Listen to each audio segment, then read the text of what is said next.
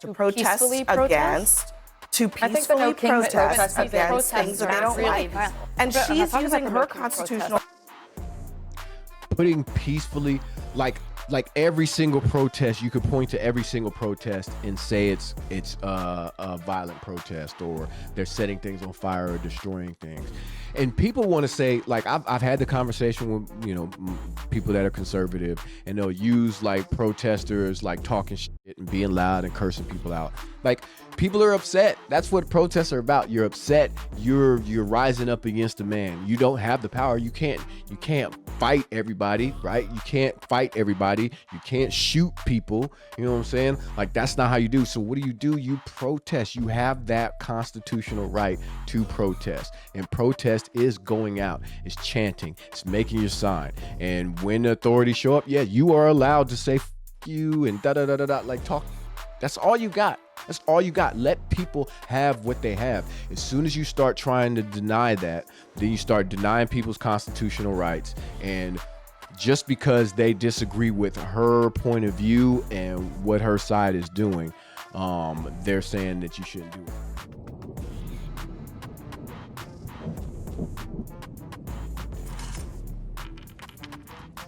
What's going on, YouTube? It's your boy Trey. Who the fuck is that guy? Back at it with another video. Another one. First and foremost, thanks to everybody that's been subscribing to the channel. Obviously, I'm a new YouTuber, so it really means a lot. It's helping me grow, and thank y'all for showing love and support. Today, we're going to be reacting to a video. It's a CNN video, but Bakari Sellers posted it on his page. And this one's going to be a quick one, but of course, well, not of course, but Michelle Obama went on Hassan Minhaj, went on his podcast, and she made some comments that, of course, you know, drove conservative media a little wild. So that's how we'll preface it. Let's go ahead and get into the video. There are versions of the country that happen, right? And the new version doesn't make the old one bad. It's necessary for growth. And I think we're in just a janky version, right? Yeah, janky's right. It's a janky version right now. Tonight, those comments from former First Lady Michelle. First off, like, of course, you know, MAGA's going to go in an uproar. Like I said, I don't know what all they say, but of course they're going to go off because she said anything disparaging about the current administration. But let's be honest. She said janky. That's not a hit. That's not hatred on anybody specific. It's not a hatred on the country. It's just a state of the world right now, in her opinion. Everybody has an opinion. I'm giving y'all mine now. We're allowed to be critical of our country. We're allowed to be critical of our government. That's what the First Amendment is for. Like, so yeah, to come out and try and twist her words at all is pretty crazy, but I can only imagine. Obama are drawing some criticism from the usual suspects on the right. Michelle Obama has some not so nice things to say about America. Michelle Obama taking a jab at America, shocking, under President Trump's leadership. I don't care what Michelle Obama has to say, but that arch, as someone who's lived in D.C. for more than 30 years. You know, Clay, for a woman who has everything, why is she always so miserable? That's true. Well, I guess maybe there's a bit of a short memory, because here are all the things that the current president in the White House has said about this country. Oh, yeah, that's right. We are a nation in decline. We are a failing nation. Our country is an embarrassment. This country has gone to hell. The American dream is dead. Portland is, I don't know how anybody lives there. Baltimore is a hellhole. Chicago is the worst. These places are really bad. In Washington, D.C., which is a horror show. We're like a garbage can for the world. Under Biden, the USA has been turned into a dumping ground. Today, we're like a third world country. Our country is being destroyed by stupid people. Agree.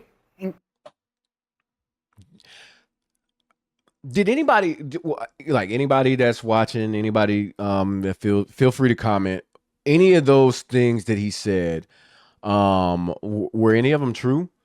Like, I don't, like, talking about specific cities and stuff like that, like this, I think you should be from there if you want to criticize the cities to that extent, because if you're visiting, passing through and stuff like that, you know what I'm saying? You're a tourist. You know what I'm saying? You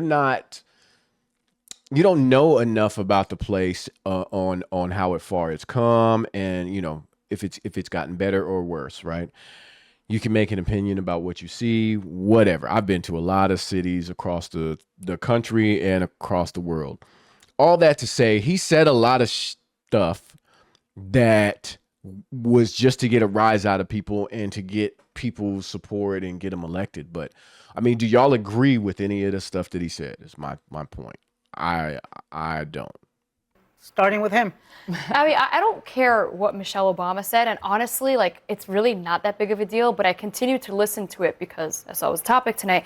And she went on to say, I'm really digging how people are responding to this administration.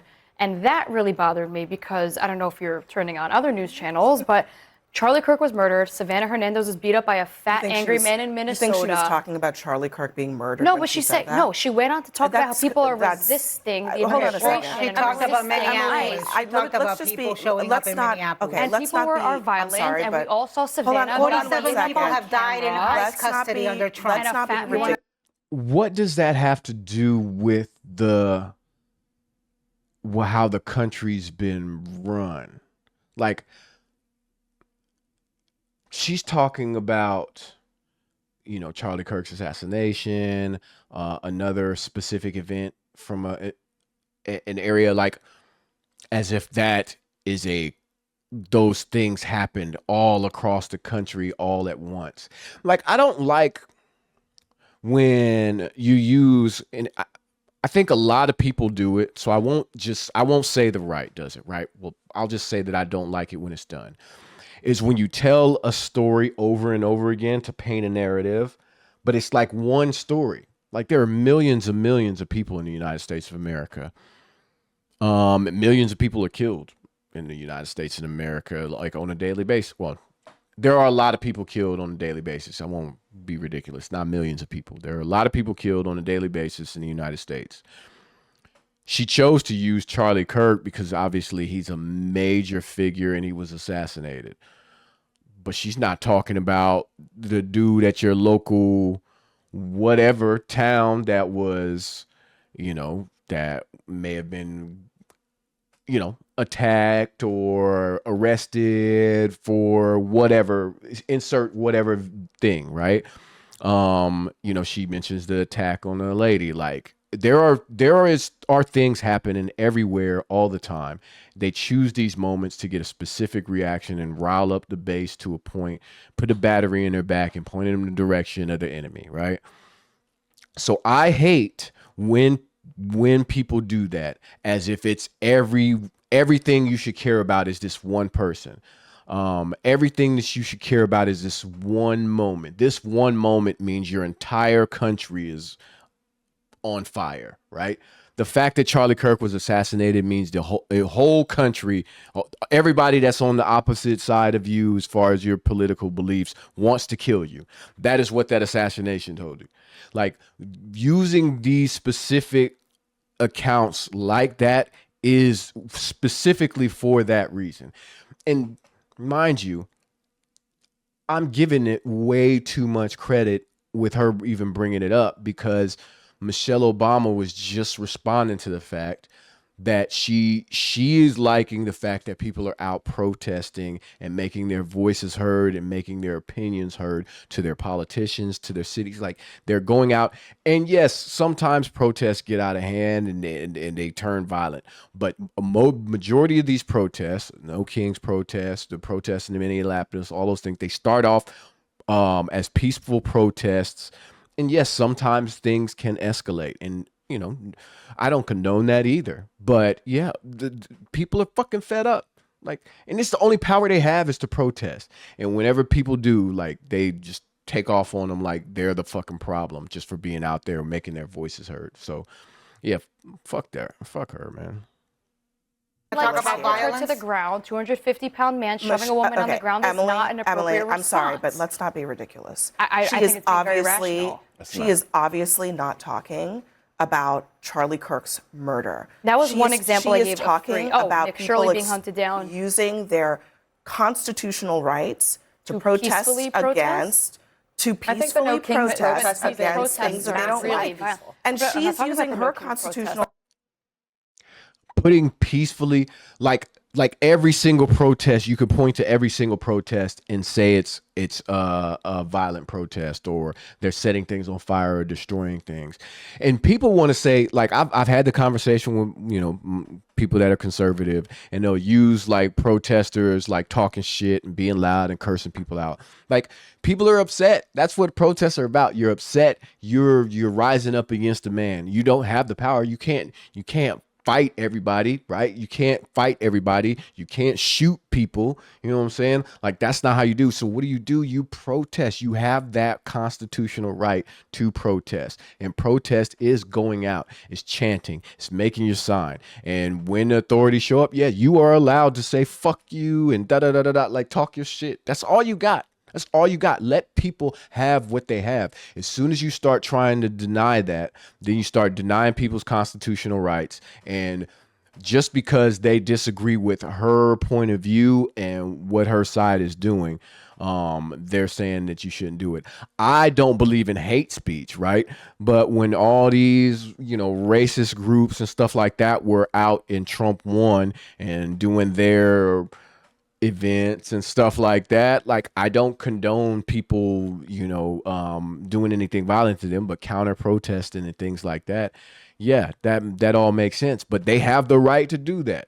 This is America. This is, I don't agree with them, but they have that right as long as they're not hurting anybody. So I don't know what she's on about. And the quote, air quotes for protesting is crazy. Y'all got to stop with trying to demonize protesting.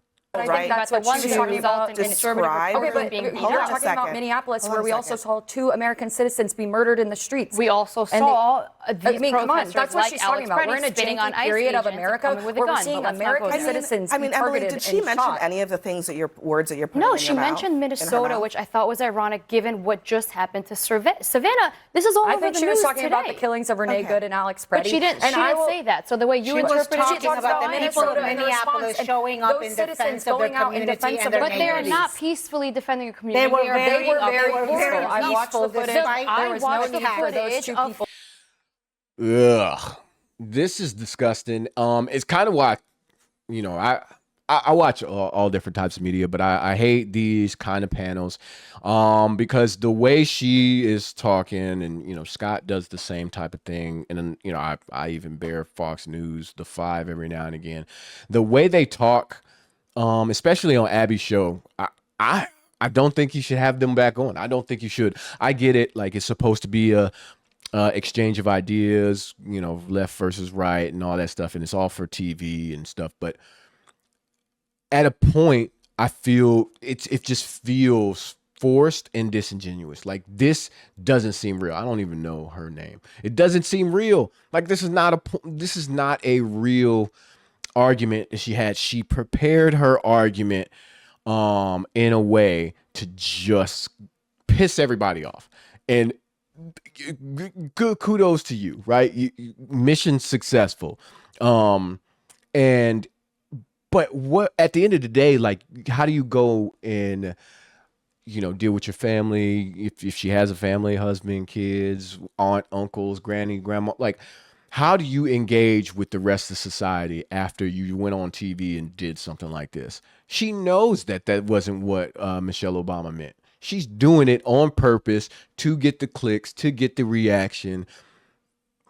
I don't get it, man. I don't get it. I know, well, I've said in the past, like, there is a price that will get you to do a lot of different things. There's not a price that would get me to speak like this on TV. It's just never.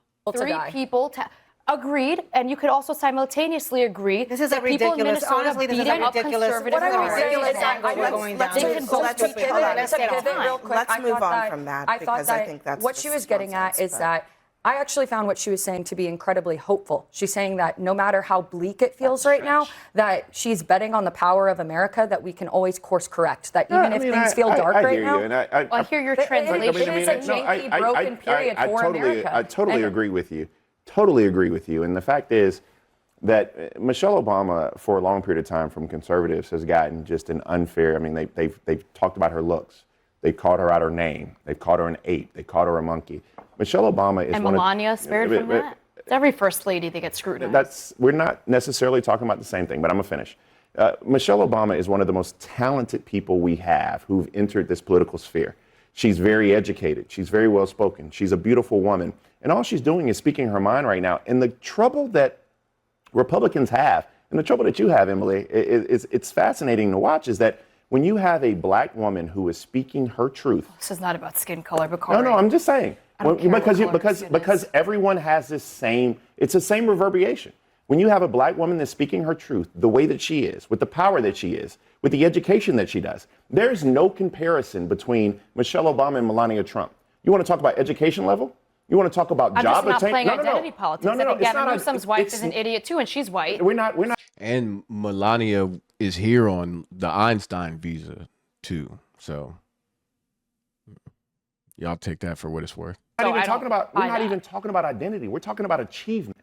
We're talking about the fact that she has a JD. I never knocked on that. No. We're talking about she has a JD. We're talking about the fact that she's never posed nude.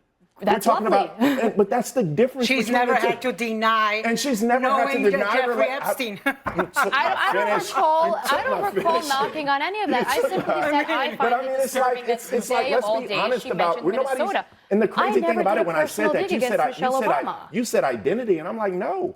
Because you happen to mention that she's black, and I don't care. I actually think she might be a lovely woman. The achievement of Michelle Obama intimidates many people on the right, and that's okay. You know what she's doing tonight? She's probably having a little cranberry and Tito's and having a good time, understanding that it drives you all nuts. She is a power. Yeah, rent free. I think what set her off is when Bakari said black woman, and her brain just couldn't get over that fact. But I mean, it is what it is. Like, just the fact that she said Janky, you know what I'm saying? She's in the news. Somebody's got to say something. They called her miserable.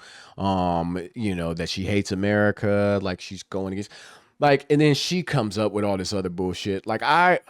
It's one of the reasons why I don't watch as much CNN anymore. I don't like a lot of these panels. I don't think that certain people's ideas should be put out into the world and allowed to thrive.